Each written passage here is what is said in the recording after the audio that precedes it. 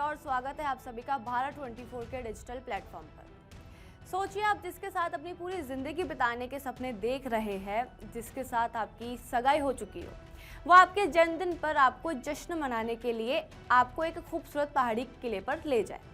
आप बेहद खुश हैं, आप अपनी होने वाली पत्नी के साथ वादियों को निहार रहे हैं, लेकिन आपको अंदाजा भी नहीं है कि आपकी पीठ के पीछे मौत खड़ी है।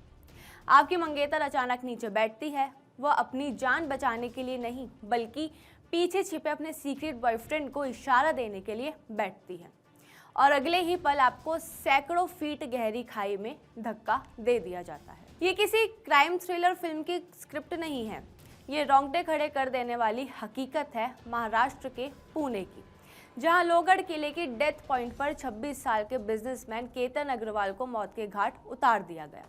और साजिश रचने वाला कोई दुश्मन नहीं, बल्कि उनकी अपनी मंगेतर सिया गोयल थी, जिसने अपने प्रेमी चेतन चौधरी के साथ मिलकर इस खौफनाक हत्याकांड को अंजाम दिया। आज इस वीडियो में हम इस केस की परतों को एक एक करके खोलेंगे। हम जानेंगे कि कैसे के कथित हादसा देश का सबसे चर्चित मर्डर मिस्ट्री बन गया, कैसे के हुडी वाले शख्स ने पुलिस की जांच का रुख मोड़ दिया, और कैसे इस मर्डर के पीछे की क्रिमिनल साइकोलॉजी और सोशल मीडिया का एक घिनौना चेहरा भी सामने आया है। इस वीडियो में लास्ट तक बने रहिए, क्योंकि इस केस का एक एक अपडेट आपको भीतर तक झकझोर देगा। कहानी की शुरुआत होती है 18 जून 2026 की सुबह से। पुणे ग्रामीण पुलिस तक खबर पहुंचती है कि लोहगढ़ किले पर घूमने आए एक व्यक्ति का अचानक पैर फिसलने की वजह से वो पहाड़ी से नीचे गिर गया। जब वहां चीख की आवाज़ सुनकर गार्ड्स पहुंचे तो सिया ने उन्हें बताया कि मेरा मंगेतर केतन फिसल कर खाई में गिर गया है। सिया ने ही घर वालों को भी फ़ोन किया। अगले दिन इंस्टाग्राम पर सिया लिखती है कि केतन तुम मुझे मेरे जन्मदिन पर छोड़कर अकेला चले गए, वापस आ जाओ।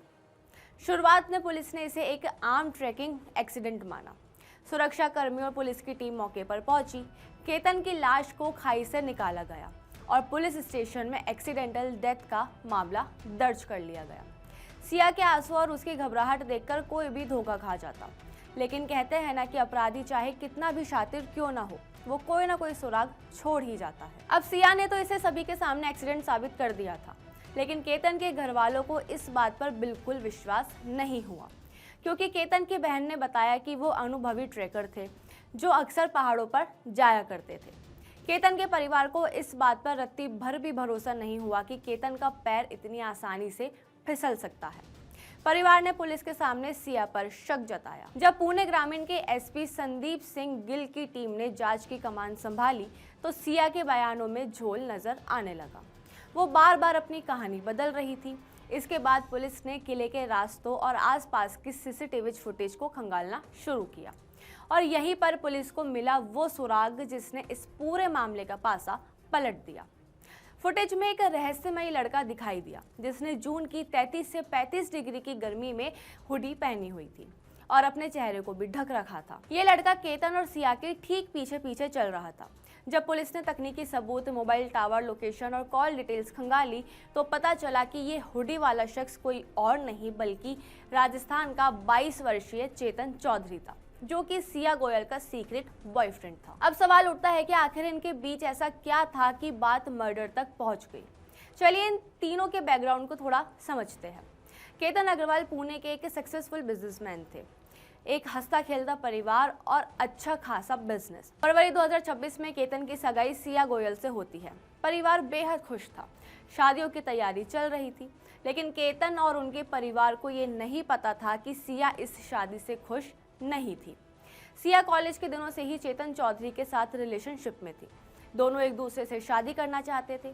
जब सिया के घर वालों ने उनकी सगाई केतन से पक्की कर दी तो सिया के पास दो रास्ते थे, या तो वो अपने परिवार से बगावत करके ना कह दे या केतन को सच बता देती। लेकिन सिया ने चुना तीसरा रास्ता, साजिश का, खून का रास्ता। अब जानते हैं इस केस में अब तक क्या क्या हुआ और पुलिस ने क्या क्या खुलासे किए। पुलिस कस्टडी में सिया और चेतन ने जो खुलासे किए वो किसी भी आम इंसान के होश उड़ाने के लिए काफ़ी है। ये मर्डर कोई अचानक गुस्से में आकर नहीं किया गया था, इसकी बाकायदा कई हफ्तों तक प्लानिंग की गई थी। पुणे के एक कैफे में बैठकर सिया और चेतन ने इस मर्डर की पूरी प्लानिंग की थी। इन्होंने एक 10 घंटे की ऑफलाइन स्ट्रेटेजी बनाई थी ताकि पुलिस को उनकी लोकेशन और डिजिटल फुटप्रिंट्स ना मिल सके।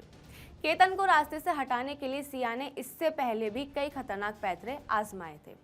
जैसे केतन और सिया का प्री वेडिंग फोटोशूट बाली में होना तय हुआ था।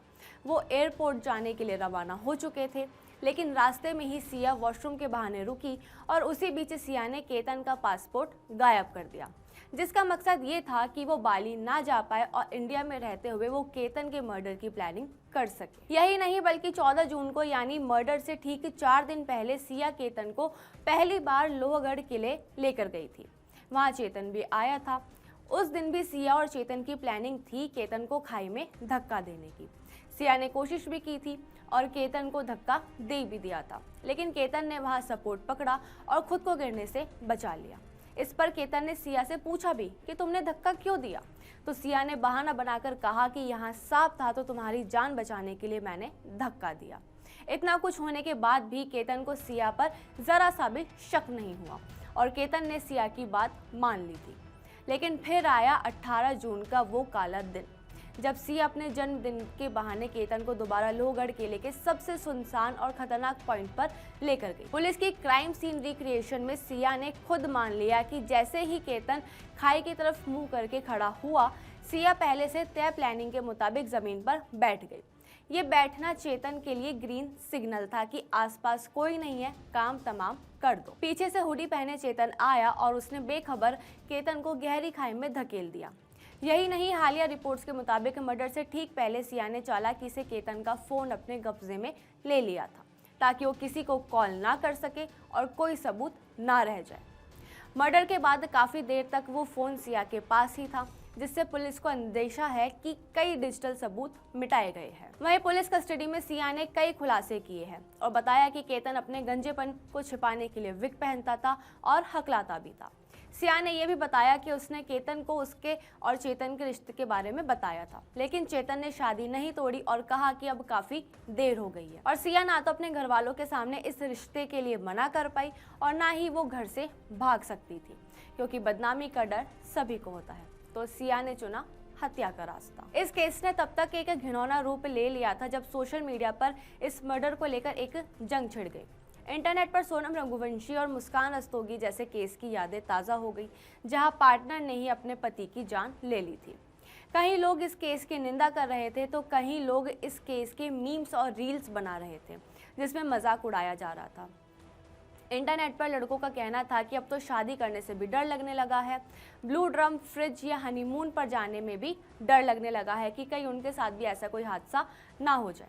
लेकिन इन सभी के बीच मध्य प्रदेश में एसोसिएशन की कोषाध्यक्ष और एक महिला डेंटिस्ट डॉक्टर मुस्कान सोनी, जो all India dental students and surgeons association की मध्य प्रदेश की ट्रेजरर थी, उन्होंने एक बेहद संवेदनशील इंस्टाग्राम वीडियो पोस्ट किया। डॉक्टर मुस्कान सोनी ने केतन अग्रवाल के हेयर लॉस और विग पहनने की खबरों का मजाक उड़ाते हुए वीडियो में कहा कि वो पुणे का लड़का, उसके सिर पर बाल नहीं थे। अगर तुम ऐसे झूठ बोलोगे तो तुम्हारी मौत तो तय है। सो #IHateMen। क्या ये सही है कि एक मर्डर को सिर्फ इसलिए सही ठहरा देना क्योंकि पीड़ित के सिर पर बाल कम थे या वो विग लगाता था? इसे घंटिया मानसिकता पर इंटरनेट पर ऐसा गुस्सा फूटा कि AIDSA ने तुरंत एक्शन लेते हुए डॉक्टर मुस्कान सोनी को उनकी पोस्ट से हटा दिया और संगठन की सदस्यता से 5 साल के लिए सस्पेंड कर दिया। केतन के परिवार ने भी इस पर स्पष्टीकरण किया कि केतन को एक मेडिकल कंडीशन की वजह से थोड़े बाल झड़ने की समस्या थी और विग की बात सगाई से पहले ही सिया के परिवार को पूरी ईमानदारी से बता दी गई थी। यानी सिया के पास मर्डर का कोई बहाना नहीं था सिवाय अपनी क्रिमिनल सोच के। अब हमें इस केस के उस पहलू पर बात करनी होगी जो सीधे हमारे समाज से जुड़ा है। आखिर किसी 20 से 22 साल के युवाओं में इतनी हिम्मत, इतनी क्रूरता कहाँ से आती है कि वो किसी हंसते खेलते इंसान की जान ले ले? इसके पीछे 2 बड़ी वजह है। पहली, रिजेक्शन हैंडल ना कर पाना और नो कहने का डर। सिया को डर था कि अगर उसने अब सगाई तोड़ी तो समाज में उसके परिवार की बदनामी होगी। हमारे समाज में आज भी शादियां या सगाई तोड़ना एक टैबू माना जाता है, लेकिन क्या समाज के डर का इलाज किसी का मर्डर कर देना है? दूसरी वजह है शॉर्टकट और क्राइम सिनेमा का प्रभाव। आज की जनरेशन किसी भी समस्या का तुरंत और परमानेंट सोल्यूशन चाहती है, चाहे वो रास्ता कितना भी खौफनाक क्यों ना हो। उन्हें लगता है कि वो परफेक्ट क्राइम करेंगे और बच निकलेंगे, लेकिन डिजिटल सर्विलेंस के इस दौर में कानून के लंबे हाथों से बचना नामुमकिन है। साइकोलॉजिकली इस केस को देखा जाए तो कुछ लोगों की एंटी सोशल पर्सनैलिटी होती है, यानी कुछ व्यक्तियों में दूसरों के प्रति सहानुभूति या पछतावे की भावना जन्मजात या न्यूरोलॉजिकल कारणों से ही कम होती है। वे अपराध करते समय डर या घबराहट महसूस नहीं करते। वहीं कुछ लोगों में तीव्र आवेग और नियंत्रण की कमी होती है। अत्यधिक गुस्से या तनाव के क्षणों में व्यक्ति का अपने दिमाग पर नियंत्रण कम हो जाता है। वे परिणाम की परवाह किए बिना आक्रामक हो जाते हैं। और कुछ लोगों में मानसिक विकार होता है, यानी गंभीर भ्रम या डेल्यूजन्स की स्थिति में व्यक्ति को लगता है कि उसे कोई नुकसान पहुंचाने वाला है, जिसके चलते वे हत्या कर देते हैं। वहीं बदले की गहरी भावना, जलन या अपमान का बदला लेने की जिद व्यक्ति के डर को खत्म कर देती है। जो लोग अक्सर हिंसक माहौल में रहते हैं या हिंसक वीडियो या गेम खेलते हैं या मीडिया का अत्यधिक उपयोग करते हैं, उनके लिए हिंसा सामान्य हो जाती है, जिससे हत्या जैसा कदम उठाना आसान हो जाता है। तो वहीं नशे की हालत में व्यक्ति का सोचना समझने का दायरा भी कम हो जाता है, जिससे उसे डर भी कम लगता है, जिससे वह सामान्य दिनों की तुलना में कई अधिक ज़्यादा खतरनाक हो जाता है और उसी तरीके के कदम उठा लेता है। फिलहाल सिया गोयल और चेतन चौधरी दोनों पुलिस रिमांड में हैं। पुलिस ने चश्मदीदों, सीसीटीवी फुटेज, फोन रिकॉर्ड्स और डमी टेस्ट के जरिए एक बेहद मजबूत केस तैयार कर लिया है। कोर्ट में इन दोनों को सख्त से सख्त सजा मिलना तय है, लेकिन ये केस हम सबके लिए एक सबक है। माता पिता के लिए भी एक सबक है कि अपने बच्चों पर शादियों का ऐसा दबाव ना बनाए कि वो घुटने टेकने के बजाय अपराधी बन जाए। और युवाओं के लिए सबक है कि ज़िंदगी में किसी भी रिश्ते को ख़त्म करने का रास्ता बातचीत और ईमानदारी से निकलता है, साजिश और खून खराबे से नहीं। क्योंकि कानून की चक्की जब पिसती है तो आशिकी के सारे भूत उतर जाते हैं और सलाखों के पीछे सिर्फ पछतावा बचता है। केतन अग्रवाल तो वापस नहीं आ सकते, लेकिन उम्मीद है कि उनके माता पिता को जल्द से जल्द इंसाफ मिलेगा।